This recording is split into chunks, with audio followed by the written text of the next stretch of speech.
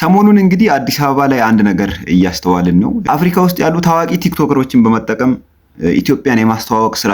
ግን እኔ አንድ ጥያቄ ያለኝ እዚህ ጋር ኢትዮጵያ አዲስ አበባ ብቻ ናት ወይ? ወይም ደግሞ የኢትዮጵያ መልክ አዲስ አበባን ብቻ ነው ወይ የሚመስለው? ፕላስ ደግሞ አዲስ አበባም እንደምትታየው ናት ወይ የሚለውን ነገር መጠየቅ እፈልጋለሁ።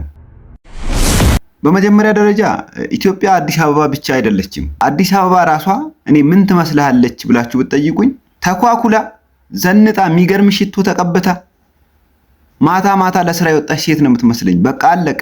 የአዲስ አበባ መልክ ይሄ ነው። ከጀርባዋ ከባድ ስቃይ አለ። ከጀርባዋ ከባድ እንባ አለ። ከጀርባዋ የብዙ ሰዎች ሲቃ አለ። ግን ምን ትመስላለች እሷ?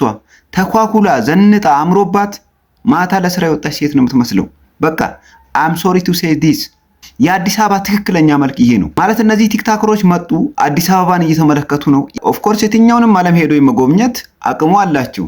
ስለዚህ አሁን አዲስ አበባ ላይ እያዩት ያለውን ነገር ፍሎሪዳ ቢሄዱ ያዩታል፣ ስዊዘርላንድ ቢሄዱ ያዩታል፣ ለንደን ቢሄዱ ያዩታል፣ የትኛውም የአውሮፓ ከተሞች ውስጥ ቢሄዱ ይህንን ነገር ያዩታል። እንደ ከባድ ነገር እንደ ትልቅ ጀብዱ አትቁጠሩት። በጣም ሲምፕል ነገር ነው ሌላኛው ዓለም ላይ። ግን ትክክለኛው የኢትዮጵያ መልክ የት ነው ያለው? ውሰዷቸው አማራ ክልል ይጎብኙ። አማራ ክልልን ከቻላችሁ አማራ ክልልን አስጎብኙ ከጫፍ እስከ ጫፍ ውሰዷቸውና ሁሉንም ኦሮሚያ ክልል ያሉትን የቱሪስት መስህቦች አስጎብኟቸው። ይህንን አታደርጉም። ዋይ ስንል ከፍተኛ የሆነ የሴኩሪቲ ስጋት፣ የጸጥታ ስጋት ቀጠና የሆነች ሀገር ናት ኢትዮጵያ። ይህንን አታደርጉም። ስለዚህ ለእናንተ ገጽታ ግንባታ የምታደርጉት አንድ ነገር ብቻ ነው። በዚህ ሰዓት ልታስጎበኙ የምትችሉት የቱሪስት መስህብ አንድ ብቻ ነው። እሱም አዲስ አበባ። አዲስ አበባ ደግሞ ምንም አዲስ ነገር የላትም።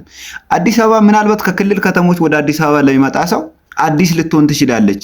ግን ከሌላኛው የአፍሪካ ሀገራት፣ ከአውሮፓ፣ ከአሜሪካ ለሚመጣ ሰው አዲስ አበባ ኢዝ ነቲንግ። ደጋግሜ ነው የምነግርህ፣ አዲስ አበባ ኢዝ ነቲንግ። ምንም አዲስ ነገር የለም። እነሱ ሊያዩ የሚመጡት ካልቸር ነው። እነሱ ሊያዩ የሚመጡት የተፈጥሮ ሀብት ነው። እነሱ ሊያዩ የሚመጡት ታሪካዊ የቱሪስት መስህቦችን ነው። ስለዚህ ትክክለኛ የኢትዮጵያ መልክ ይሄ ስለሆነ በዚህ ሰዓት ግን እናንተ ኢትዮጵያ ውስጥ በሁሉም ቀጠና ባለው የጸጥታና የሰላም ስጋት ምክንያት ይህንን ማድረግ አትችሉም። ማድረግ የምትችሉት አንድ ነገር ብቻ ነው፣ የአዲስ አበባን አምፖልና ማብራት ፓርኮች ማስጎብኘት ነው። ከዚህ ሌላ ምንም የሰራችሁት ነገር እንደሌለ ይሄ ማሳያ ነው። አለቀ። ፒሪየድ።